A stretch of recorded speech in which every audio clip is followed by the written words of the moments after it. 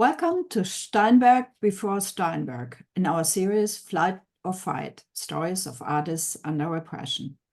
I'm Rachel Stern, Executive Director of the Fritz Ascher Society for Persecuted, Ostracized and Banned Art based in New York. I thank Sheila Schwartz, Research and Archives Director of the Saul Steinberg Foundation, for her support of this event and for connecting me to today's esteemed speaker. Mario Tedeschini Lalli is a retired professional journalist and a scholar of 20th century history. He has published several essays on Saul Steinberg's early life and work, including Descent from Paradise, Saul Steinberg's Italian years 1933 to 1941. Previously, he wrote extensively about Italian and fascist policies towards the Arab world and Arab nationalism. His most recent book, Nazisti a Cinecittà, you have to correct. Yep. Okay, published in 2022, tells the story of former SS officers who lived in Italy after the war and worked in the booming Italian movie industry of the time.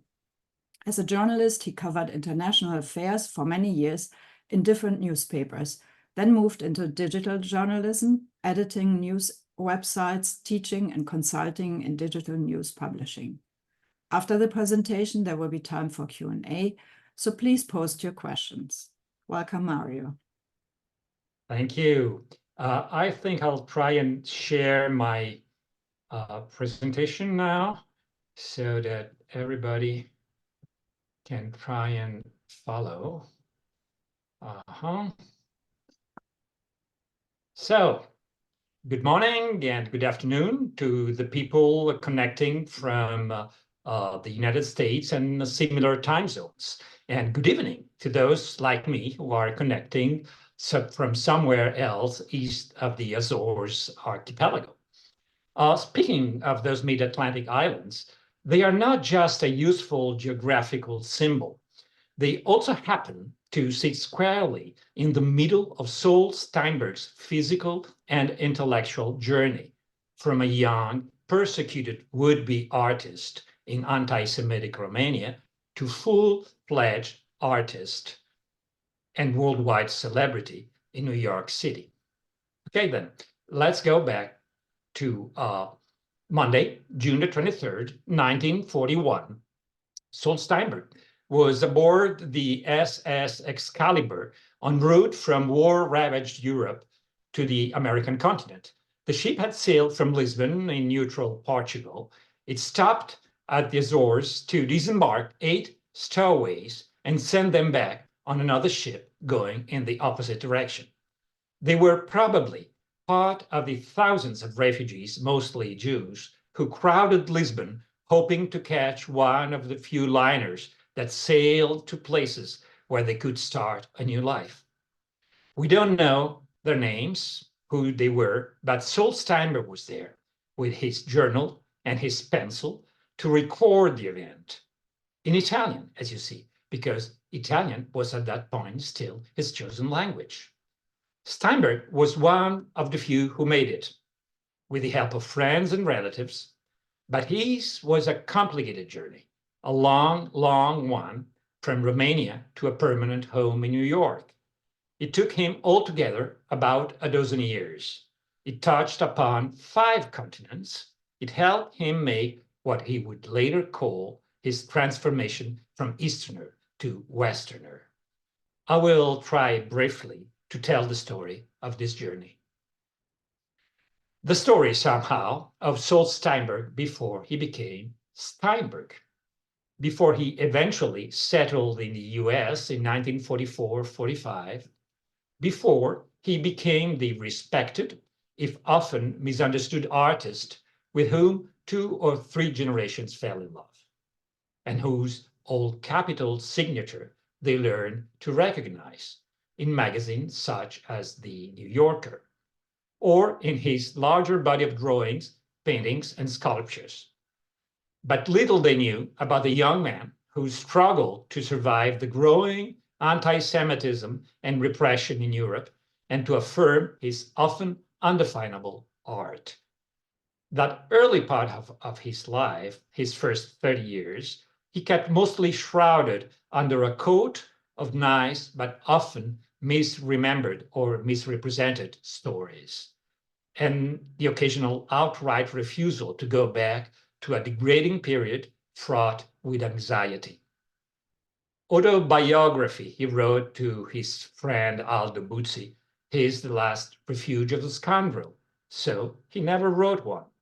Only after Steinberg's death, which happened in 1999, Buzzi would publish Reflections and Shadows, a short and heavily edited collection of Steinberg's oral tales about his own life.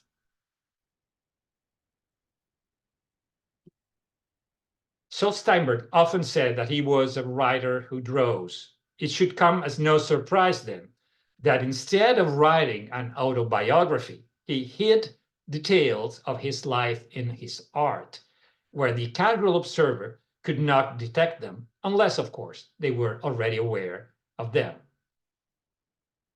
Take this 1969 cover of the New Yorker, almost entirely taken by a bubble containing, let's say, the train of thought of a visitor in front of a painting by Georges Braque, which starts with the name of the artist and goes on in a long, fantastic chain of formal and semantic associations.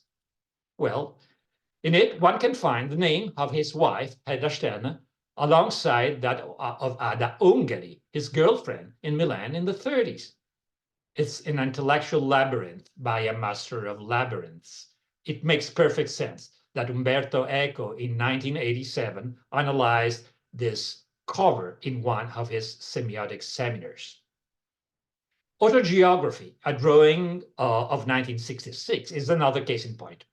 It's a bird's eye view of a green territory with names of places from every corner of the world where Steinberg either lived or visited. It was meant to be a cover of the New Yorker, but interestingly, it was never published as such. Actually, the magazine published 85 covers by Steinberg during his lifetime, the last one just a few days after he died, this very one. And if we browse back on his 54 years of covers for the magazine, we hit the very first one on the issue of January 14th, 1945. It shows 4 GIs eating in a Chinese restaurant in China proper. This is no fantasy drawing. Saul Steinberg was indeed in China during the war, as details of autobiography clearly show.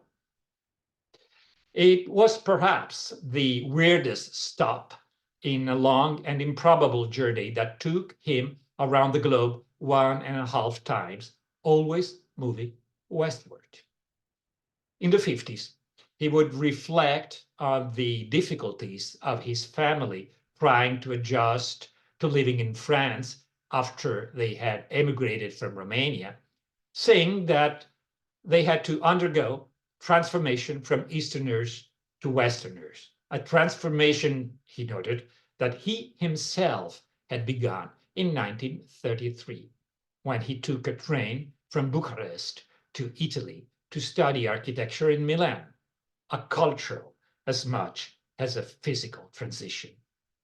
But how did he end up in China? Steinberg was born in 1914 in a Jewish family of Russian origin in Romania. His father was a box manufacturer, and they all lived in a small house in Strada Palace in Bucharest. Steinberg would often revisit the world in his memory.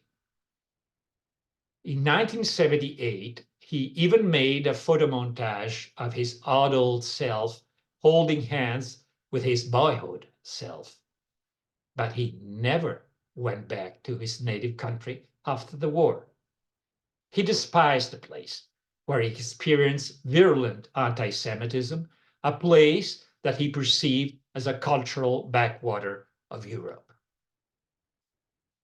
My childhood, my adolescence in Romania were a little like being a black in the state of Mississippi, we read in Reflections and Shadows. It will be difficult to understand, especially for a child, life in anti-Semitic countries such as Romania. The country is a cesspool, he wrote to Aldo Buzzi. In the Romanian language, I have been humiliated, beaten, cursed, and worse for being a Jew, for being Jewish. The only satisfaction those savages had. Again to Aldo. But he wanted to study architecture as a way of to an artistic education, but he was allowed only to take a few classes in humanities. But even those classes were almost impossible to attend for him. I was a college student for a year, he would tell the interviewers of the American Jewish Committee Oral History Library Project in 1960. But I hardly went to school because there was an atmosphere of brutality. The so-called romanizations of professions, anti-Jewish laws that prevented him from getting into the School of Architecture. I was embarrassed to be part of a primitive civilization and pledged that I would save myself from it. That's why, at the end of 1933, he did what many other Jewish students did, took a train and enrolled at the Reggio Politecnico in Milan. In 1934, there were 53 foreign students at the Politecnico, 18 of them Polish, 11 Romanians, actually mostly Jews. For a couple of years, he lived the life of an impecunious student with summer trips back to Bucharest. But in 1936, everything changed. He began drawing cartoons for a new and extremely successful humor newspaper, Bertoldo. He earned good money, had friends, and a steady girlfriend, and moved to a room over the Bar del Grillo, a place he will draw from memory decades later. He even began to use Paolo as his name instead of Saul, or Saul as Italians pronounce it. It was like living in paradise, he told his friend Aldo decades later, and for all practical purposes, he let go the School of Architecture. He was so successful that 2 years later, at age 24, so we're talking 1938 now, he was hired to serve as the editorial board and contribute cartoons to Sette Bello, a competitor of Bertoldo. But it lasted only 4 months. In the summer of 1938, fascist Italy became officially a racist regime. Laws and decrees against Jews came fast and furious, while horrible anti-Semitic copy and cartoons began to appear in the media and in the very newspapers that had, until then, idolized Steinberg. I didn't want to accept the reality, he wrote to Aldo, the betrayal, the way dearest Italy turned into Romania, hellish homeland. There would be no Paolo on the cover of the police file about him, but Steinberg, Saul di Morris, or Steinberg Saul of Morris, his father's name, and a classification, Ebreo Rumeno, Romanian Jew. Steinberg often described and sometimes drew Romania. His Jewishness, on the other hand, was very little discussed and practically never the direct object of his art. Only in the early 70s, he indirectly mentioned it. This is a sketch on the left for an allegory of Romanian anti-Semitism. We see a woman, maybe dead, with a cross, a cup, and a sash with the words no Jews. Those very words are not there in the final drawing, which you can see on your right-hand side. But they come back a year later in another drawing where the woman is standing almost a statue, a symbol, suggestively similar to the relief of Minerva on the pediment of the University of Bucharest, the very place where Steinberg was not allowed to study. So back to Italy. As we mentioned, at the end of 1938, Steinberg could no longer work, and as a, quote, foreign Jew, unquote, he was actually supposed to leave the country by mid-1939. Since he was still formally a student, though, he was allowed one academic year to complete his classes and exams. Problem was that he had 3 years' worth of work to do and cram into 1 year. Friends and professors helped him, and at the beginning of March 1940,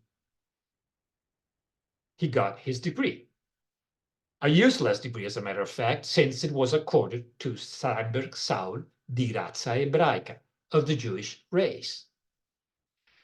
One may also note that the diploma was granted in the name of Vittorio Emanuele III, King of Italy and Albania, Emperor of Ethiopia. Well, if we go back to the 1969 cover of the New Yorker, here it is, Vittorio Emanuele III, Re d'Italia di Albania, Imperatore d'Etiopia. Well, years later, many years later, he would joke about it. Since he never worked as an architect, and since Vittorio Emanuele no longer ruled those lands, nothing of the diploma remained valid except the reference to his Hebrew race. In the end, he said, it was a diploma di ebreo, he said in Italian, a certificate of Jewishness. By spring 1940, this certified foreign Jew could no longer legally work or even live in Italy. With the help of friends and relatives, he tried to get the paperwork done to emigrate. In September, he managed to go as far as Lisbon, but was rejected because he was an unwanted, you guessed it, Romanian Jew. A few months of semi-clandestine life followed. Friends managed to get some of his work published again, but without his signature. And by 1941, Steinberg was also asked to draw anti-British war propaganda cartoons, the ultimate insult to his fate. In those same months, though, his signature began to appear in the international press, Harper's Bazaar, Life magazine, Sombra, helped by his agents, Caesar and Victor Civita, 2 Jews that had managed to leave Italy in 1938. In the same time, friends in Milan introduced him to advertising, like this ad signed by graphic designer Alberto Carboni, but whose original is among Steinberg's papers at Yale. Also, interior design, like this lamp and this bar cabinet for Fontana Arte, or this preparatory painting for a decoration of a piece of furniture. Eventually, at the end of April 1941, he was arrested. He spent a few days in San Vittore, Milan's main prison, and of course, he recorded his captivity in the journal. Then he was moved to Tortoreto, a small town on the Adriatic coast, in a large villa used as an internment camp for unwanted aliens. He was among the lucky ones. After only 5 weeks, he got all his papers lined up and was allowed to leave the camp, get on a plane from Rome to Lisbon, and begin his transatlantic journey. Those who remained gave him a handwritten farewell note designed by the Viennese architect Walter Frankel, which helps us put this story into context. Because Walter Frankel was among those who did not make it. After a few months, Frankel was transferred to a new location in the north of Italy to live with his wife Elsa. But in September 1943, the Germans occupied northern and central Italy on January 1944, Walter Frankel and Else were put on the first transport for Milan to Auschwitz. Neither ever came back. So we are back to the Azores. The SS Excalibur is sailing towards New York, but Steinberg only had a visa for the Dominican Republic, so he was kept for a few days in Ellis Island, then went on to Santo Domingo. He was to spend about a year there, corresponding with his American relatives in constantly improving English, working for local commissions, and experimenting in different artistic styles. He also began publishing regularly in the US and elsewhere with the help of his agents, Cesar and Victor Chivita, those we already mentioned. He contributed anti-Axis cartoons to American publications and also had his very first drawing published by The New Yorker in the issue of October 25, 1941. The top editors of the magazine understood what Saul Steinberg was worth and helped his friends and relatives get him a visa. He got it in mid-1942.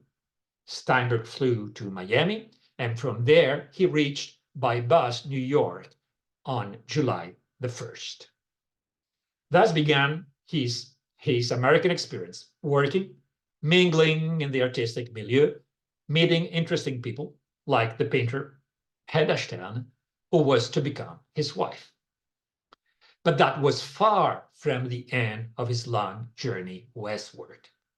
When he arrived in New York, the US was not yet in the war, although clouds of war loomed. Steinberg was soon registered for military service, which was a quick way to citizenship. But Harold Ross, the editor of The New Yorker, wanted to have the artist available for the magazines. So he managed to get him a job at the Office of War Information, the US having entered the war at that point. Then he got him a commission in the US Naval Reserve. Actually, the newly minted Ensign Steinberg was part of naval intelligence, which meant that after a few weeks in Washington, he was shipped right to China. So, overland to the West Coast, then on a troop transport over the Pacific, where, just as a matter of course, he drew cartoons for the onboard mimeographed bulletin.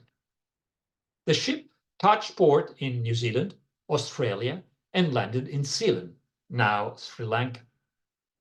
Steinberg then traveled by train the length of the Indian subcontinent north to Calcutta, then by air over the Himalaya to Chongqing, at the time the provisional capital of the Republic of China.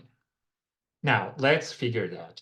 A Romanian-born, Italian-educated, nearsighted artist with still limited knowledge of English, donning a Navy uniform in a landlocked China. By that time, Japan had occupied the coast. What was he doing there?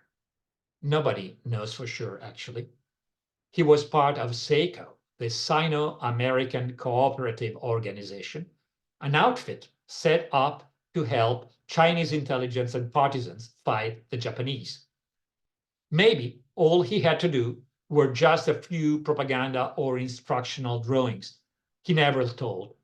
He always kept his professional vow of silence about his intelligence activities. But we know that in China, he began drawing what became beautiful portfolios that appeared between 1945 and 1940. Between 1944 and 1945 in The New Yorker, Chronicles of War in China, India, North Africa, and Italy, pages that brought him to the attention of the general public. His style had radically changed from the Bertoldo and post-Bertoldo cartoons. From China, he wrote to Hedda, "I have done some very special drawings, quite different from my usual ones.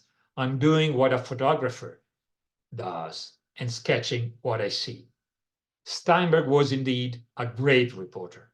With his eye for detail, his clear lines, his curious gaze, he tells the Americans what their friends and relatives brought into contact with different cultures by war see or think they see. He draws scenes from the daily lives of soldiers and their interactions with local populations, full of mutual curiosity, but also obvious distance. Somebody in Washington must have seen that there was little use for Steinberg in Chongqing, so off he went again at the end of 1943. By this time, by plane, still moving westward. Calcutta, Karachi, Khartoum, touching for the first time his fifth continent, Cairo, Oran, and Algiers. In Algiers, he was seconded to a morale operations unit of the OSS, the intelligence service that Franklin Roosevelt had just only recently created. Morale operations dealt in black propaganda, fake material that was supposed to sap the morale of the enemy. Saul Steinberg was the secret artist on duty and the Italian expert of the group. In fact, the Allies had landed in Sicily in July 1943, and by October they had occupied Naples and begun what was to be a long and bloody battle to proceed northward. In the spring of 1944, Steinberg was sent to Naples with morale operations, which had established a base there. When Rome was liberated in June, the whole unit moved there.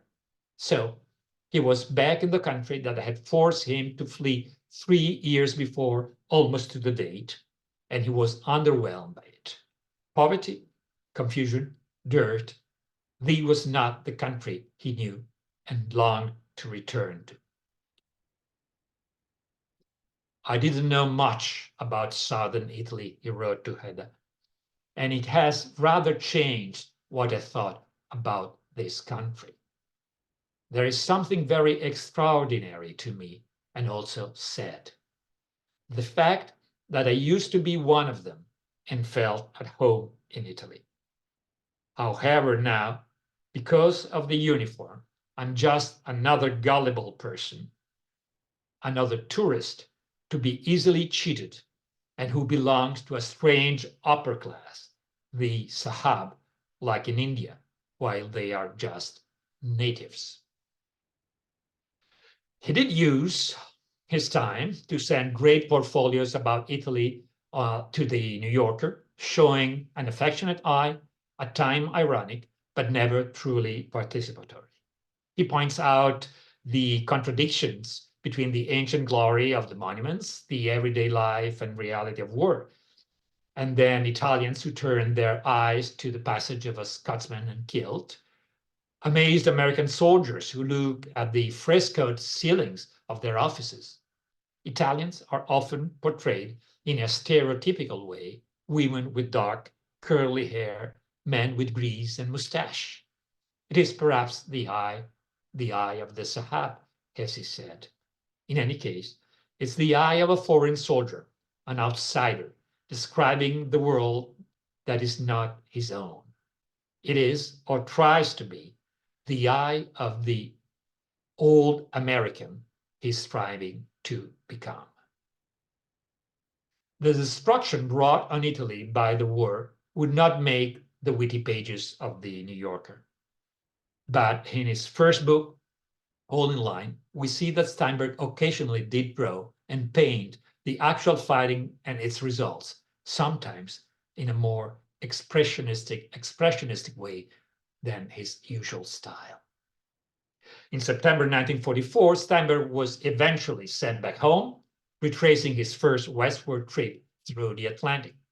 He worked for the OSS in Washington for a few months, married Hedda Stern, and actually began his new life as an American artist.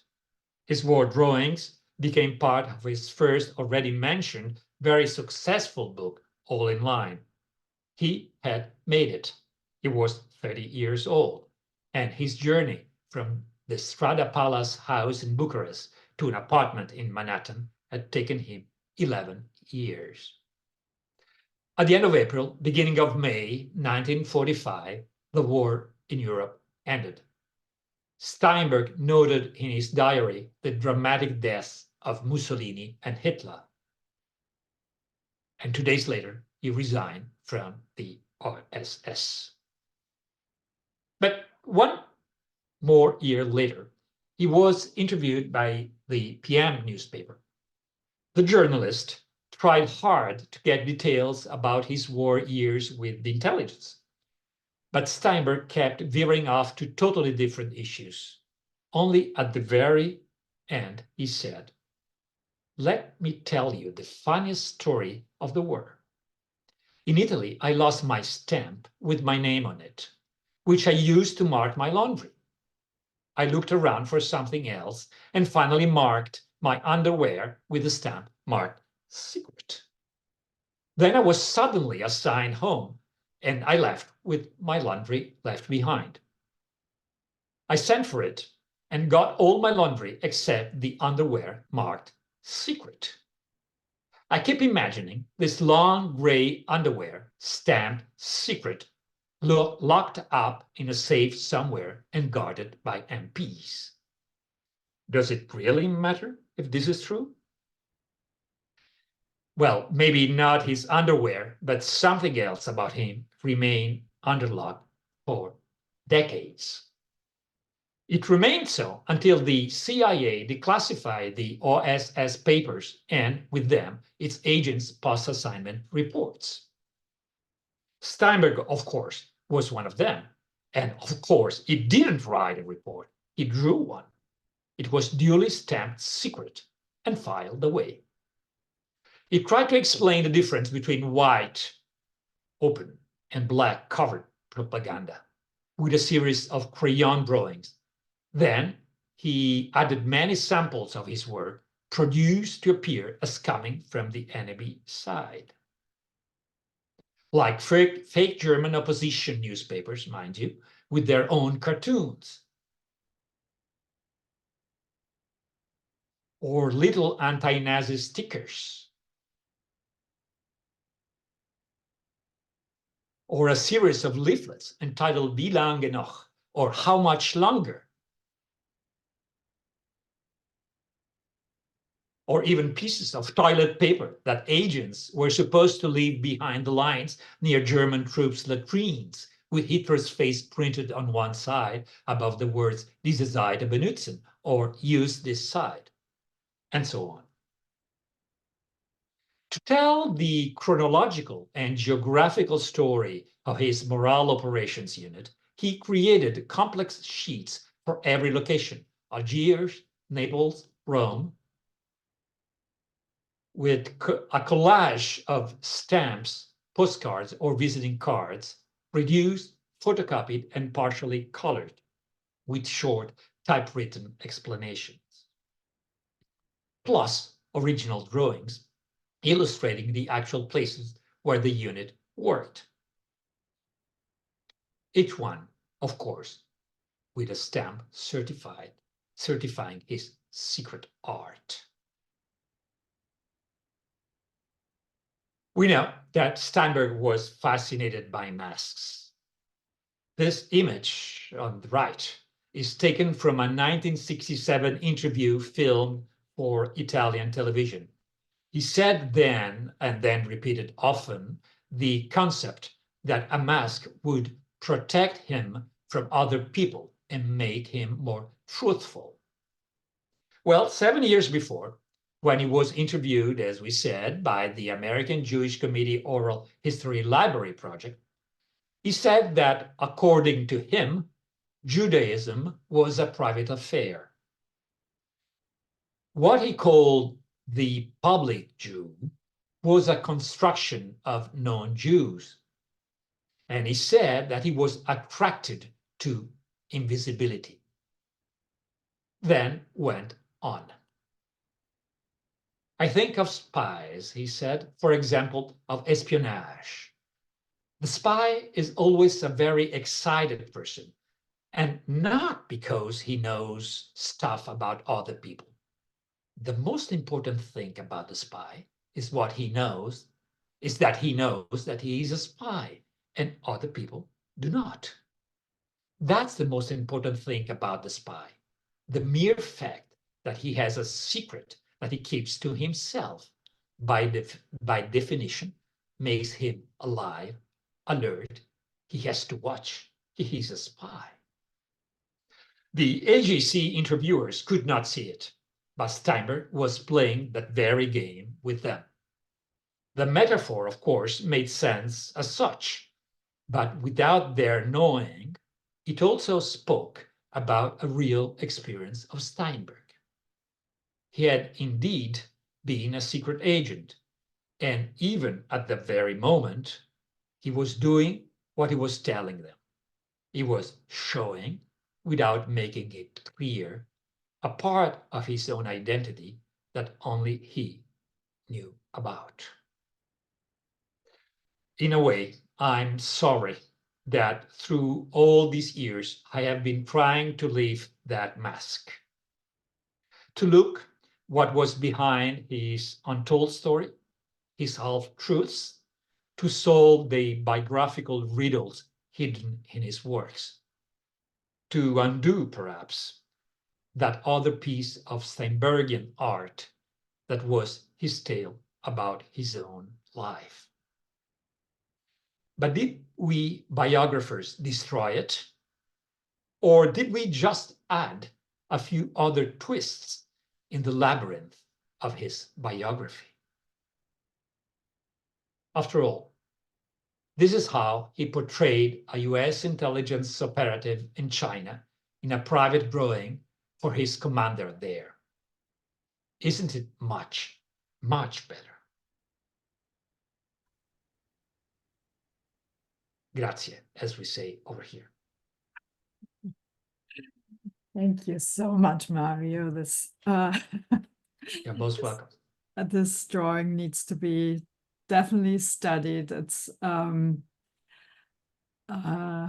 I think you unraveled the complexity of Steinberg, that and also the humor, right? I think he probably also partly enjoyed not revealing himself Of course. and playing those games. He was playing with himself, with his public, and with his heart. Yes, yes. So do you think with this, you know, well, I do. I mean, I don't know. There may be some questions or so on. I do have a couple of more things I may show you if we have time. But I mean, the presentation as such is this. Okay, so please, everyone, ask questions. And Mario, yes, why don't you share until the first questions come in? Well, okay, now but this is his desk, how it was when the day he died. On his desk, there is a copy of Bucharest, of a map of Bucharest, and a drawing of his own neighborhood.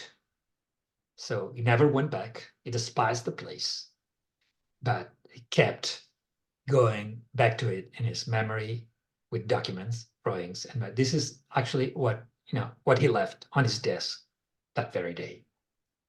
And a couple of more things. Now, this is a drawing. It's called Villa Maria, as you see. It's here, Villa Maria. It's a rendition of one of the OSS office in Naples in 1944. But actually, it's still there, the villa, but it's nothing to do with the modernist, international style that he's depicting. Of course, the volcano, the Vesuvius, is there, but it's nothing like that. In another piece of art with the same subject, the Villa Maria words are missing, but there is an unmistakable window in the form of a cross. And of course, all those little black-shirted people with fascist salutes, and which is, like when in the 70s he drew a number of drawings about Italy. He kept putting this kind of people in it because he was mocking the architecture he was taught to design, but that he hated as the symbol of the country that had let him down. Mm-hmm. Yeah, and definitely it has very strong vibes of the Bauhaus, which, yeah, of course, every Bauhaus scholar would definitely deny. But I think, especially in this drawing and in others as well, I saw of these Bauhaus architectural drawings. I find this cross that you just mentioned very interesting, and with all this symbolism that is in these in all his drawings, but especially in these, I wonder whether this is, a statement about the role of the church within the whole fascist Italy, or why do you think this? Well, I'm pretty sure that he intended to just make, as a matter of fact, the church was part of the fascist Italian regime, at least officially, and so somehow he thought that was a feature, let's say, of the regime. And there are other drawings with awful churches in modernist style in his old neighborhood in Milan, churches that do not actually exist, but that he wanted to place there for a reason. So did Steinberg create any Jewish-themed artwork? No, that I know of. I mean, the only piece of art that in any way mentioned Jewishness or Judaism was the one I showed you, the lady, or the statue with the no Jew sash on it. I don't know of any other one. There may be some, but I know of no other one. No. Yeah. I'm not an expert in Jewish history or Jewish identity, but he would say to his friend Aldo Buzzi in one of the letters that he would not go to the temple. He was not a religious Jew, but would observe Kippur fast as a tribute to what he called his tribe. And I think that was that, and of course the anti-Semitism that was the Romanian anti-Semitism and then Italian anti-Semitism was very much into his tales and letters and so on, but the Jewishness not so much. And as the slide I showed you, the interview, it's interesting to to read the transcript of the interview of the American Jewish Committee, because again, he's two poor guys that are trying to get to somewhere, and he veers off to totally different topics, and then at the end said, well, the Jews is what the others make of Jews. and then the quote I had about being a spy, being Jewishness, being an intimate something that you perhaps want to keep to yourself. Yeah, that kind of answers my next question, because I was wondering whether the Nazis made him into, gave him his Jewish identity, or whether he brought that a little bit, brought that from his family life, some understanding that he was Jewish, and that meant something to his family other than, being persecuted. So, well, of course, he. Well, it's difficult. We don't have actual documents of, about his deep thoughts about those issues, but it's a fact that he chose to be called Paolo, although many Italian Jews are called Paolos. But, he sort of westernized, if you want, Christianized, since Paolo, of course, it's Paul, and it's the Christian name of Saul of Tarsus. And so one can figure out many different things, but it's certainly he was on the way to assimilation in Italy, and then, of course, fascism being fascism, that was not to be. Right. So Ori wants to know what brought you to him as a subject of interest, and how did you research this extraordinary journey? Well, it was, in fact, almost by chance, as sometimes these things happen in history. I was doing, well, actually, I was teaching at the journalism school in Urbino, and well, now before that, Bill Molden, the editorial cartoonist of World War II, of course, died at one point. And I had in my room the reproductions of one of Saul Steinberg's Italy's portfolios. And I said, well, look here. You have Bill Molden drawing for Stars and Stripes and, I don't know, tens, hundreds of US newspapers during the war, while you have Saul Steinberg drawing for the New Yorker.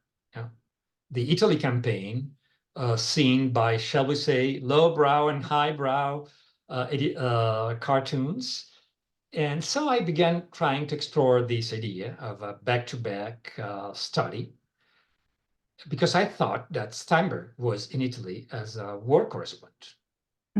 So I began studying, and I reached out to the Saul Steinberg's Foundation and Sheila Schwartz, without whom, I must say publicly once more, I could have never done what I did in this field. And so thanks to her and the foundation once again. And I discovered that he was not there as a correspondent at all, that he was part of the OSS.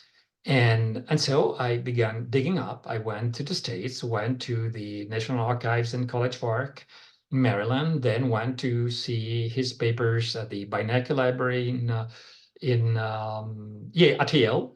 And then I discovered that there was this incredible journal he kept in Italian of his months in 1940, 1941, 42. And so I said, well, I should publish it, and then left it. Then I was teaching journalism at the School of Journalism in Urbino, and one of my students did as her final project something on internment camps in the Marche region of Italy.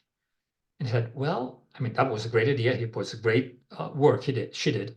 And I said, well, I do have this story, this Steinberg story. So I went back to it. We talked over with Sheila, and so I wrote the first essay in Italian, then a second one in English, which was totally rewritten with lots of new stuff, and then kept working on it.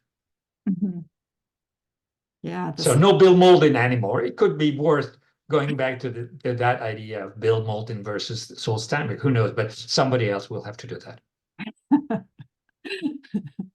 Yeah. Do you know, Was he self-taught, or as far as his illustrations go, or does his style come from the architectural drawing classes? As far as I know, he did not have a formal artistic training, as I know of. Of course, he lived. His father was dealing with reproductions of famous paintings and so on. But apparently, that I know of any formal art training. I mentioned the fact that he chose to study architecture because as a way to an artistic education. And he said as much to a friend of his from school years that he met in the 60s in Israel. And the guy wrote about it. And he said that he couldn't tell his parents that he wanted to be an artist. That would make no sense. So he said that he would be an architect, which, as he said, was almost on the same standing as a doctor. Mhm. And so as soon as he said as much, matchmakers came to the house and began offering to finance his study of architecture in order to make him marry a brilliant young woman of the community. Then, of course, it did not happen.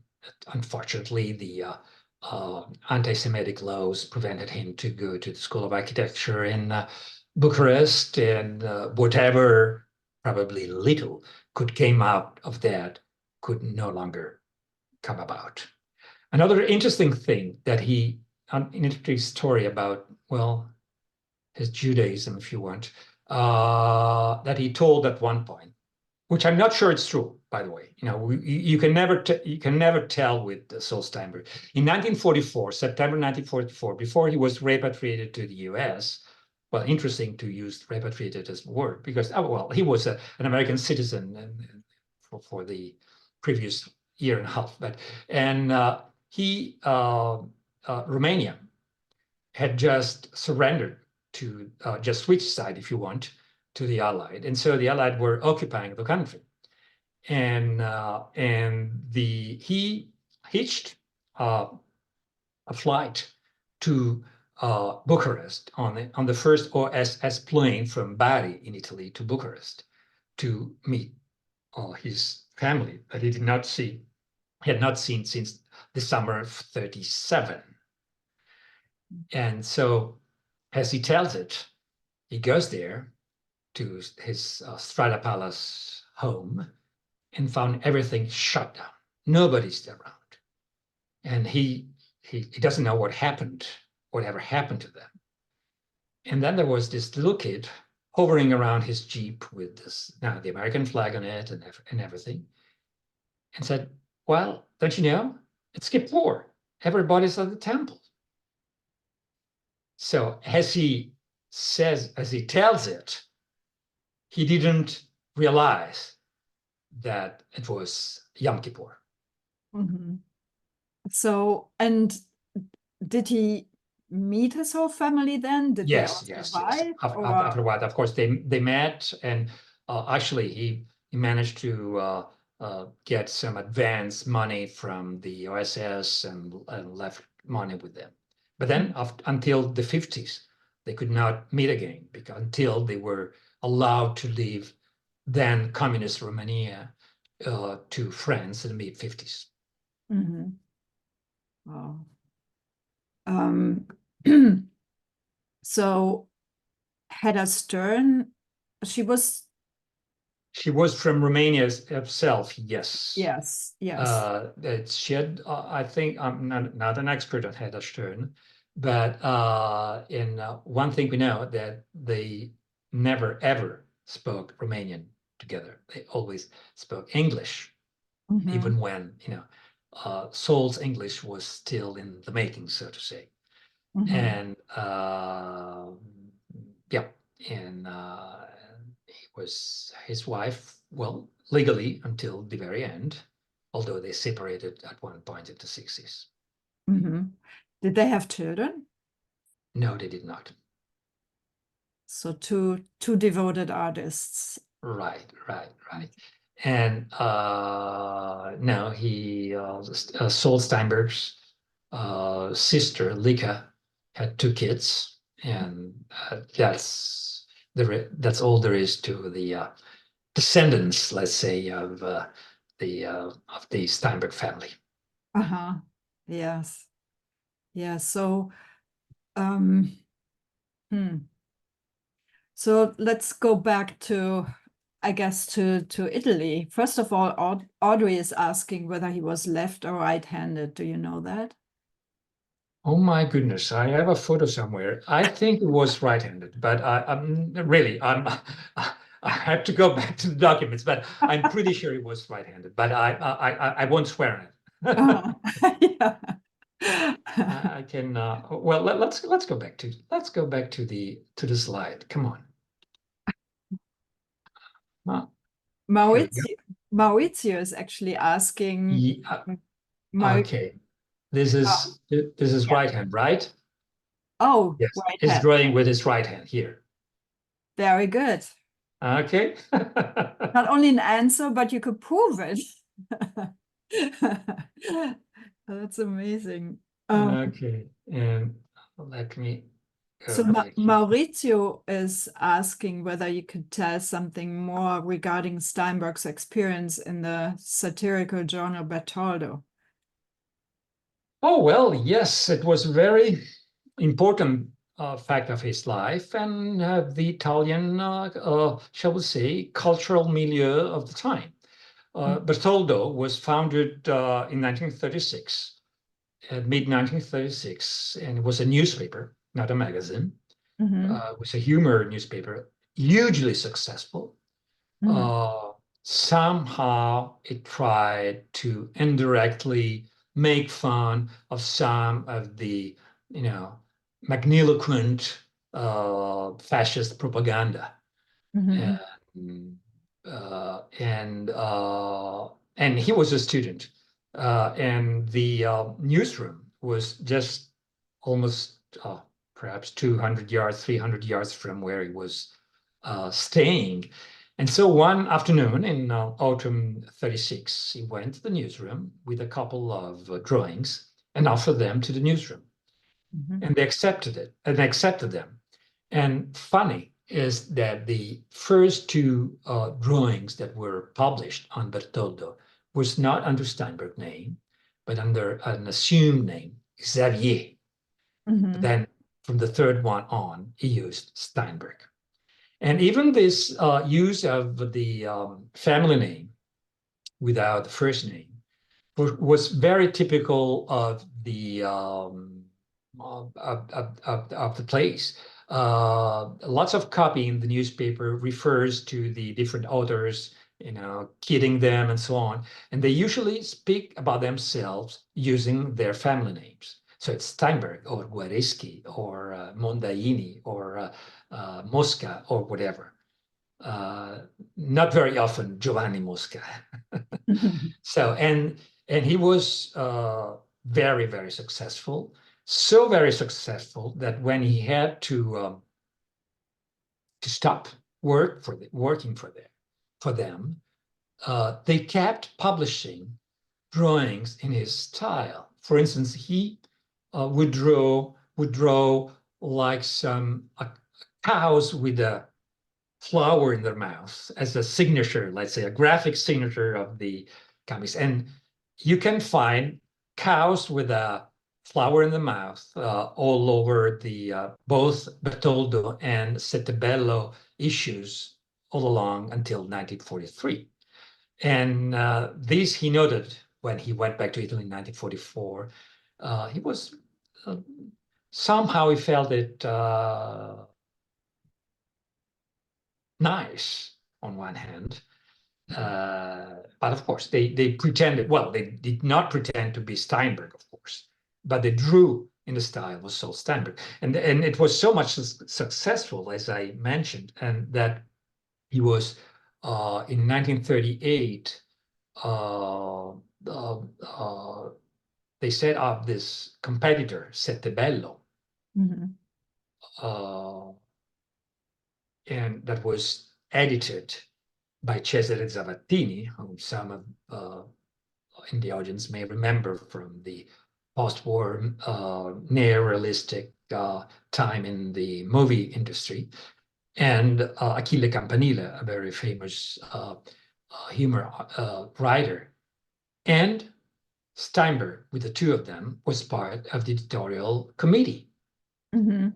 But that was April 1938. Then in July 1938, the so-called manifesto of the racist scientists was published, and from then on, I mean, I think the last work signed by Steinberg appeared on the Citabello issue dated September 10, 1944, which of course a week before, because we usually use the next weekly here use the next week date their covers. So, but because those were the weeks, the days, the very days when the first decrees against Jews, and especially foreign Jews, began to arrive in Italy. Mhm. Yeah. Did he ever visit Italy post-war? Very often, very, very, very often. And well, first of all, he visited Europe very often. He traveled a lot. He loved traveling. And he visited Italy a lot, Milan, and visited with his old friend Aldo Buzzi, which I mentioned a couple of times. He was among his school friends and schoolmates, and Aldo helped, with others, helped Saul in the horrible months of 1940-41, and Saul helped them back right after the war. In this country, of course, it was not easy living at the end of 1945, beginning of 46, and he even materially helped his friends here.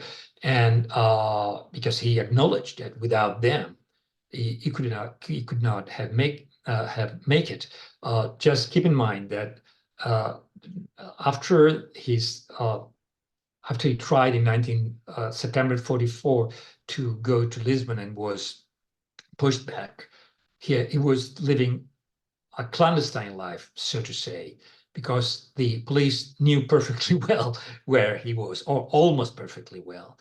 But his friends, especially with the Mondadori Publishing Company, managed to intercede, so to say, with the police. And we see in his file at the Interior Ministry, with the local police saying, what do we have to do with this man who would like to leave, but does not have the right papers to.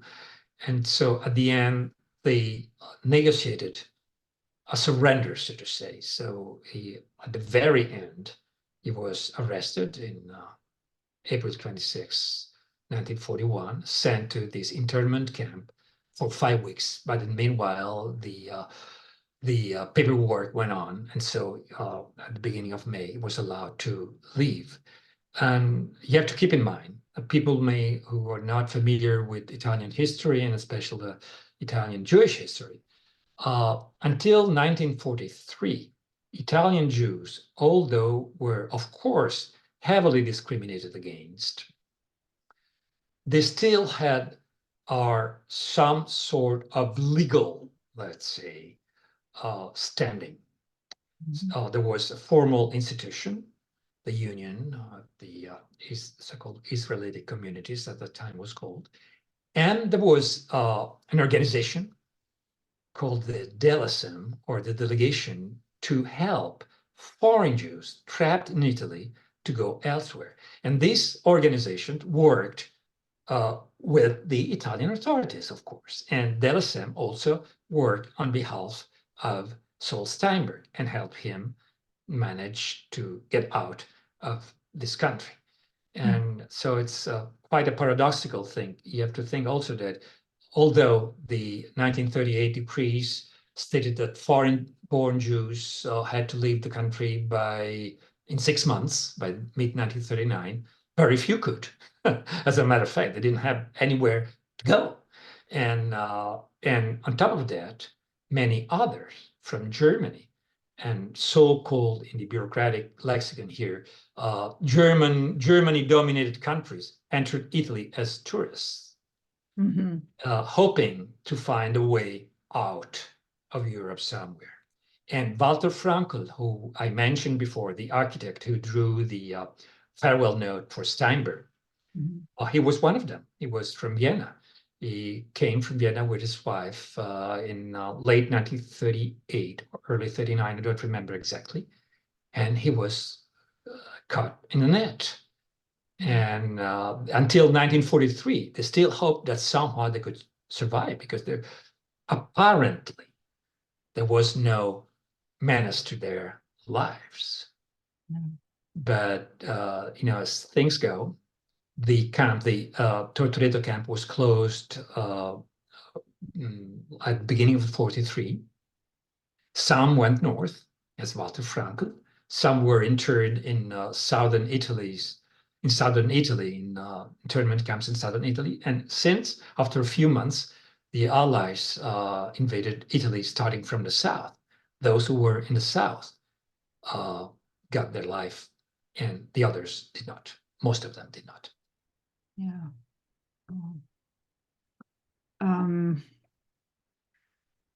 So he had a really large network of people who are trying to help him, right? And to help him out. Yes, quite large. Quite large was, depending on how you define large. He had a number of friends in Italy, Italian friends, some relatively powerful ones, like big publishers like Mondadori.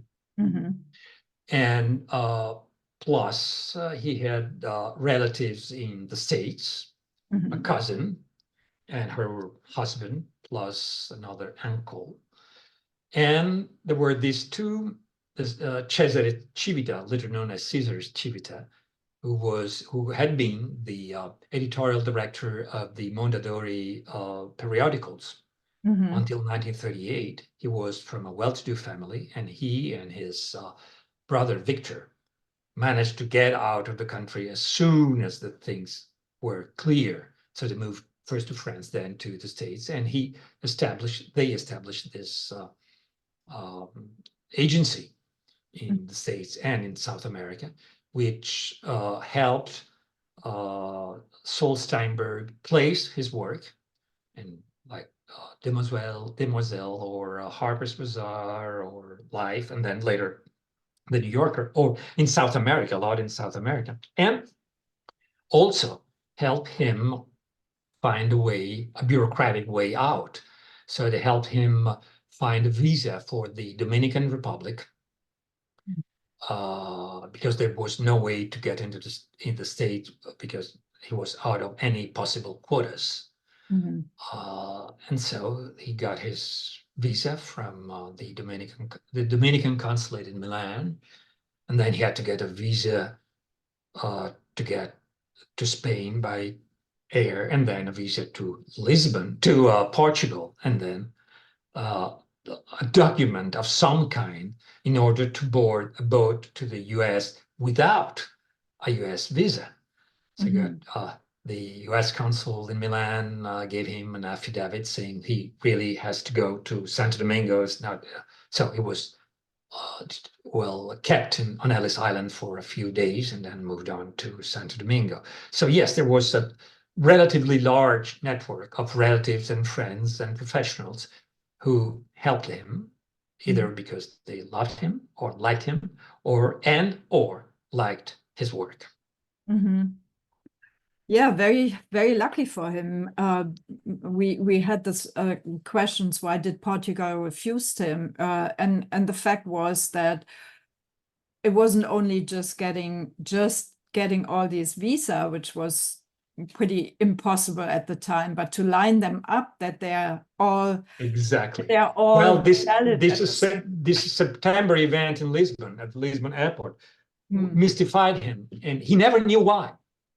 Wow. We discovered, not I, I'm quoting somebody else, a Brazilian scholar, and he discovered that there is a file on him in the Portuguese foreign ministry.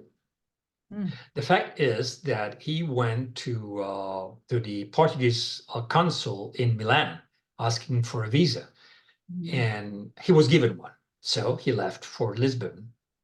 He was convinced that he would make it, but he was refused entry because, in fact, the Portuguese government, remember that it was a pro-fascist, although neutral from a war point of view, country, had decided that they did not want any more Jews, and especially Romanian Jews, in the country.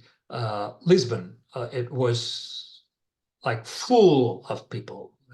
We have novels, films, and memoirs about Lisbon in wartime.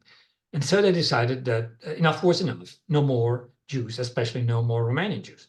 But this consul in Milan decided to overlook the right order, and it was called a genere magno, and he gave a visa to Steinberg. But Steinberg had asked for a visa before, a few months before, and he was rejected. So his name was in the files in the foreign ministry as having been rejected a few months before. Then out he came in September with this newly minted visa. And they said, "No, you're on the blacklist. Go away." And the general manager, the council, had problems for that.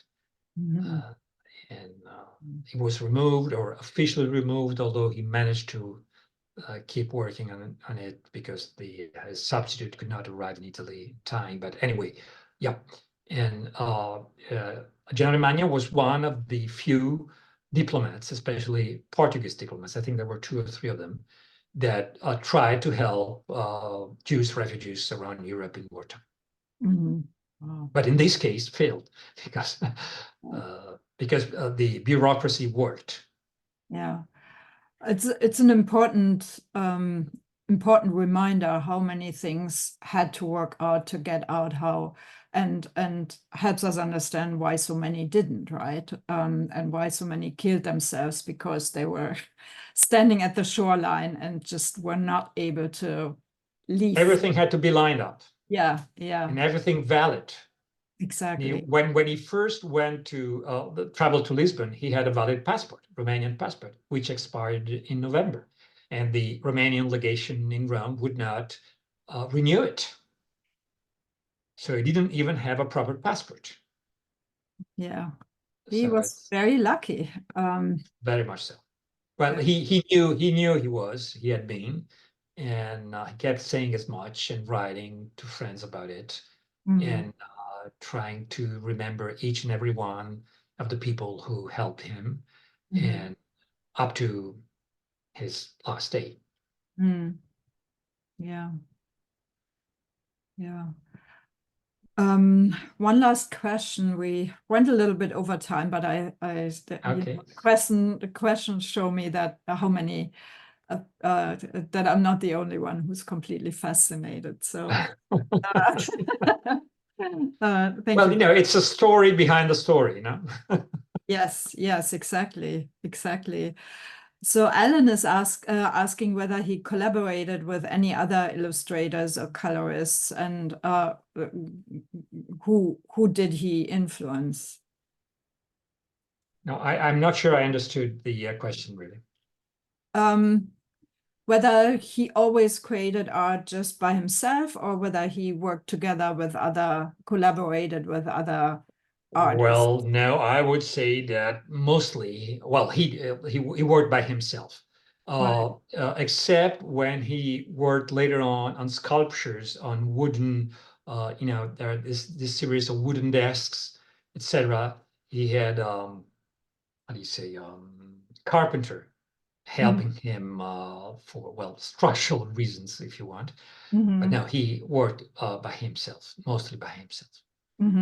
He did play with art, and he would at some time paint in the style of somebody else, like a real fake Modrian hanged on his wall, or things like those.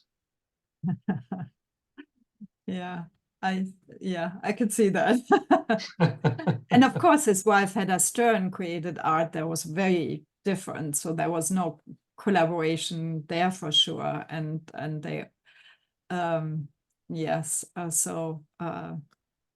and she was also very secretive about her early history, her Romanian background, from what I know about her,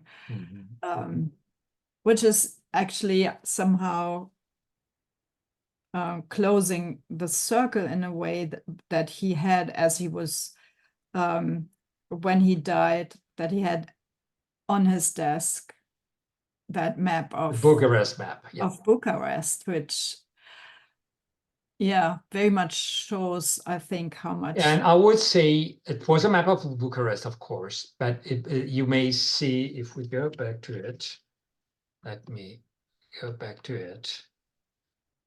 Did he die unexpected, or was he sick? Well, he died of cancer. Okay. Was not a long illness, but it was not, you would say, unexpected. So you see here, this is part of Bucharest, and you see this yellow marking here. What he was really looking at was his neighborhood, which somehow he tried to reproduce here. Okay. So I would say it was not actually Bucharest or Romania as such, but it was that little world of the Strada Palace neighborhood that he was after trying to remember and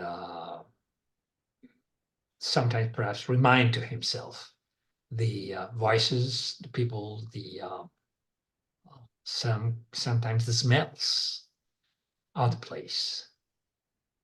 But he never wanted to go back. At one point, the Romanian government wanted to give him like a major prize and asked him to go and pick it up. And he squarely refused, would never go back to Romania. Yeah.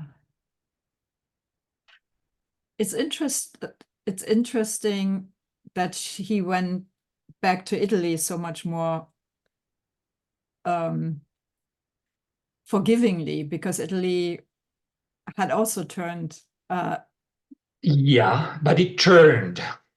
This is the key verb, I think. Until 1938, as I must say, many Italian Jews of that time, he was surprised what had happened. Of course, Italy was anti-Semitic, by culturally anti-Judaic, if you want, by history, Christianity and or other reasons. But Italian Jews, a pretty small community, mind you, pretty small community, always been, although a pre-diasporic community, and were this liberated, disenfranchised in the 19th century by the Kingdom of Italy, when the Kingdom of Italy conquered Rome in 1870, the state of the Pope. So really, there was this like political affection to the new Italy that was making Jews free to pursue any kind of profession, any kind of perspective in their lives.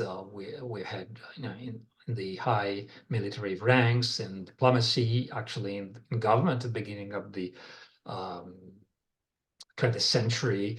And so there was like a compact that they thought was in place between the Italian Jews and the House of Savoy. But when in 1938, Mussolini came out with the anti-Jewish so-called racial laws, the king signed them. Mm. So this was the terrible letdown. And I believe that until then, until mid-1938, Saul Steinberg, as many other Jews in Italy, were pretty happy with the life that they were doing, they were having. They did not see the signs that were there, that could have been seen, of how things were deteriorating. But still, there was no formal legal persecution of the Jews in Italy until 1938, except for a few, small things. But I won't go into details. But generally speaking, it was for many, it came as a total surprise.